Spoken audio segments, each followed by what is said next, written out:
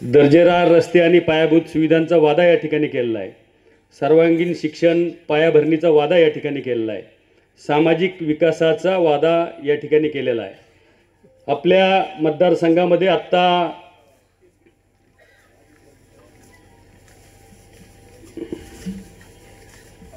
23 कोटी रुपयांचे PWD आणि बाकी इतर सगळे रस्त्याचे कामं प्रगतीपथावरच झालेले आहेत। आतापर्यंत 15 कोटी रुपये आष्टी मतदारसंघातील महसूल विभाग कर्मचाऱ्यांच्या आणि न्यायालयीन अधिकाऱ्यांच्या निवासस्थानासाठी आपण या ठिकाणी आणलेले आहेत।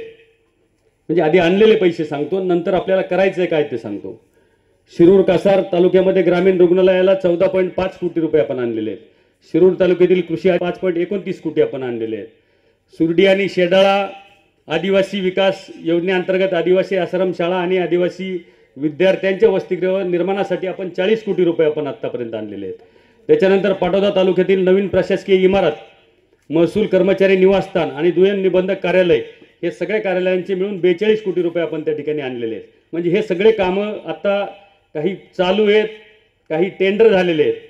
त्याच्यानंतर शिरूर कासार तालुक्यात ऊसतोड मजुरांच्या मुलांसाठी वसतिगृह 10 कोटी रुपये आपण आणलेले आहेत।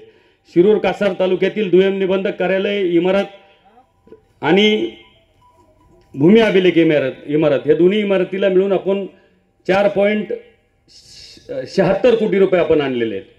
आणि आष्टी उपजिल्हा रुग्णालयाचं सुद्धा टेंडर आता फ्लॅश झालेलं आहे।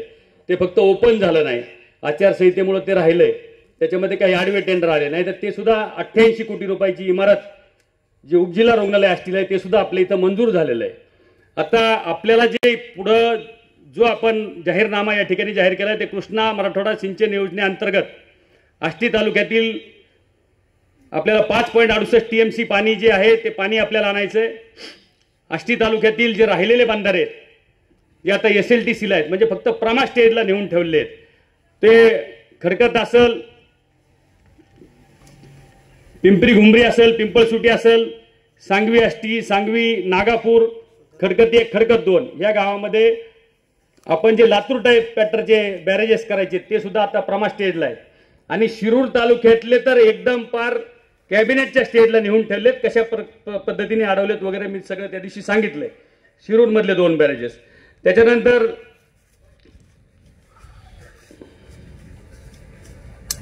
आता 100 बेडचं तर मी सांगितलं, ते आता प्रगतीपथामध्ये शेतकऱ्यांसाठी सोयाबीन, मका, हरभरा इत्यादी पिकांसाठी कोल्ड स्टोरेज आणि वेअर हाऊसची सुविधा उभारण्यास तसेच औद्योगिक विकासाला प्रोत्साहन देण्यासाठी MIDC जी आता आहे त्याच्यामध्ये वाढ, त्याच्यामध्ये सुविधा पुरवणे आणि ती MIDC मध्ये वाढ करणे हेही आपलं पुढचं ध्येय आहे। शिरूर परिसरात सुरळीत वीज होण्यासाठी आपल्याला सबस्टेशन आहे तिथं मंजूर झालेलं आहे। आता 9 सबस्टेशन आपण मंजूर केलेत, 60 ठिकाणी ॲडिशनल ट्रान्सफॉर्मर मंजूर केलेत आणि 568 ठिकाणी आपण डिप्या मंजूर केल्यात। ते सगळं RDSS मध्ये मंजूर झालेलं आहे। काही दिवसानंतर हे सगळे कामं आपल्याला सगळ्याला पाहायला मिळतील। आणि आत्ता जवळजवळ 200 गावांमध्ये आपण सभामंडप 10-10 लाख रुपयाचे केलेत। 10-10 लाख रुपयाचे सभामंडप आपले 200 गावात जवळजवळ झालेत। काही ठिकाणी पूर्ण झालेत, काही ठिकाणी म्हणजे त्याचं काम अजून चालू व्हायचं आहे। तर राहिलेल्या सगळ्या गावांना सुद्धा प्रत्येक गावामध्ये किमान 10 लाख रुपयाचा सभामंडप आपल्याला उभा करायचा आहे, की जेणेकरून आपल्याला जे काही तुमचे कार्यक्रम असतील त्या ठिकाणी आता आपण 10 कोटी रुपये आणलेत। ITI बिल्डिंगसाठी सुद्धा शिरूरमध्ये 15 कोटी रुपये आपण आणले, ती बिल्डिंग सुद्धा आता पूर्णत्व असेल। ग्रामीण रुग्णालय शिरूरचे ते सुद्धा आता कंप्लीट होत आलं, 1 महिना 2 महिन्यामध्ये त्याचं उद्घाटन होईल। 50चा ट्रान्सफॉर्मर एक आष्टीला आता त्याचा बसलाय, तो फक्त तो कार्यान्वित करायचा राहिलाय। तो कार्यान्वित झाला म्हणजे अजून आष्टीचे सबस्टेशन 132चे ते 182चं आष्टीचं सबस्टेशन होत आहे, जेणेकरून लाईटचे प्रश्न आपल्याला त्या ठिकाणी होणार नाहीत। 5 ते 6 ठिकाणी सोलरचे सबस्टेशनच्या त्या ठिकाणी मंजूर झालेले आहेत आपल्याला। त्याच्यामध्ये तुमच्या इकडे पिंपळनेर दादा, पाडव तालुक्यामध्ये पिंपळवंडी आणि आष्टी तालुक्यामध्ये एक शिराळचं, टाकळीचं आणि पिंपळ्याचं असे ते मंजूर आहेत। आणि ते सुद्धा काम येत्या वर्षभराच्या आत होऊन शेतकऱ्याला दिवसा लाईट त्या ठिकाणी मिळणार आहे। तर हा सगळा जाहीरनामा आणि इतरही आता जवळजवळ 450 किलोमीटरचे पांदन रस्ते आपले चालू आहेत, 450 किलोमीटरचे। अजूनही पुढच्या काळामध्ये, कारण आपल्या इकडे परिस्थिती अशी आहे की वस्तीवर 3 वार्ड गावातले वस्तीवर आहेत आणि एकच वार्ड फक्त गावात आहे, म्हणजे आत्ताची कोणत्याही गावात गेलं तर ती परिस्थिती, काही गावात तर 10 सुद्धा घरं नाही. तर आपल्याला पुढच्या काळामध्ये 1000 किलोमीटरचे पांढरण रस्ते आपल्या इकडे आणायचे की जेणेकरून आणि दर्जेदार कामं करायचे. तर हे सगळे कामं आपल्याला करायचे. पिण्याच्या पाण्याच्या योजना ज्या आहेत आता त्याच्यामध्ये मोठ्या प्रमाणात बोगसगिरी झाली. त्या योजना काही चांगल्या पद्धतीने झाल्या नाही. मधल्या पिरियडमध्ये वास्तविक पाहता सरकारमध्ये आपण नसताना त्या मंजुऱ्या आल्या आणि त्यावेळेस बऱ्याचशा योजनांमध्ये आत्ताही बऱ्याचशा गावांना त्याच्यामधून पाणी मिळणार नाही. जे कोणी करणार आहे ते सगळ्यांना माहिती आहे.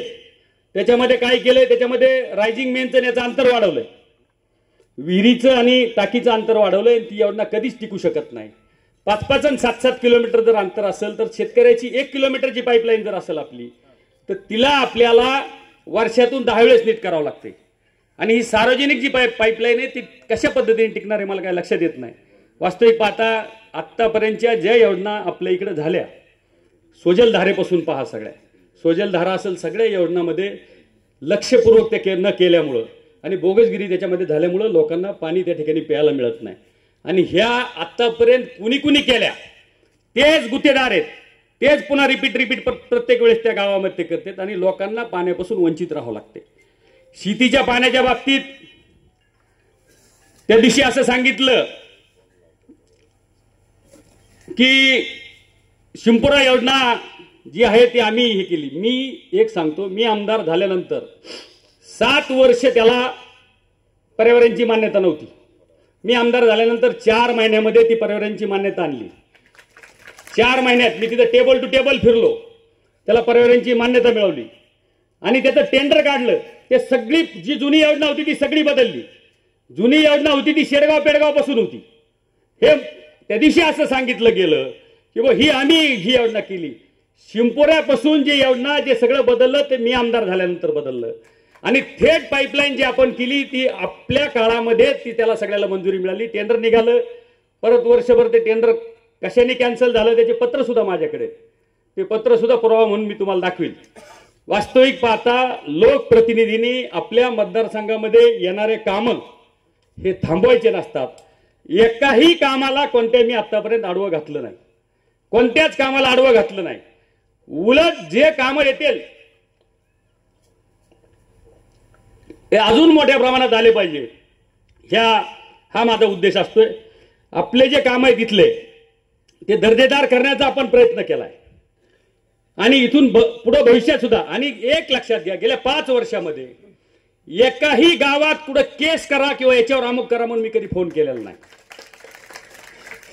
जे गावात वाद होते ते सगळे बंद झाले, सगळे शांतता सगळीकडे. एक लक्षात घ्या, आपण सगळ्यांनी आपल्या घरात आपल्या गावात जर शांतता असेल तरच आपल्याला सुख असते, ह्या विचाराचे आपण आहे. आणि त्या दिवशीच्या माझ्या एका वक्तव्यावर मी आपलं एक ग्रामीण भागातला माणूस आहे, शेतकरी आहे, त्याच्यात मी काहीतरी इकडे तिकडे खोडण झाडण काय आलं असेल तर त्याच्यावर काहीतरी पिंपळनेरचं आलंय की डोनाल्ड ट्रम्पला तिकीट मिळालं इतका आनंद त्या दिवशी यांनी साजरा केला. अहो लक्षात घ्या, आमच्या कार्यकर्त्यांना आमच्या पार्टीने जो बी फॉर्म दिला त्याचा आनंद इतका झाला की अख्खा जो मंडप 20,000 लोक होते सगळे त्याचा आनंद व्यक्त करत होते. हा आनंद का व्यक्त करत होते तर सगळ्यांना लक्षात येत होतं की यांच्यावर अन्याय होतोय म्हणून. वास्तविक पाहता सगळ्या मतदारसंघामध्ये ज्या पार्टीचा तिथं आमदार आहे त्याला तिकीट दिलं गेलं आणि आपल्या इथंच भारतीय जनता पार्टीने त्या ठिकाणी उमेदवार दिला. आपल्या इथे एक दिला आणि वरुड मुर्शीला एक दिला, असं 2-3 ठिकाणी झाले.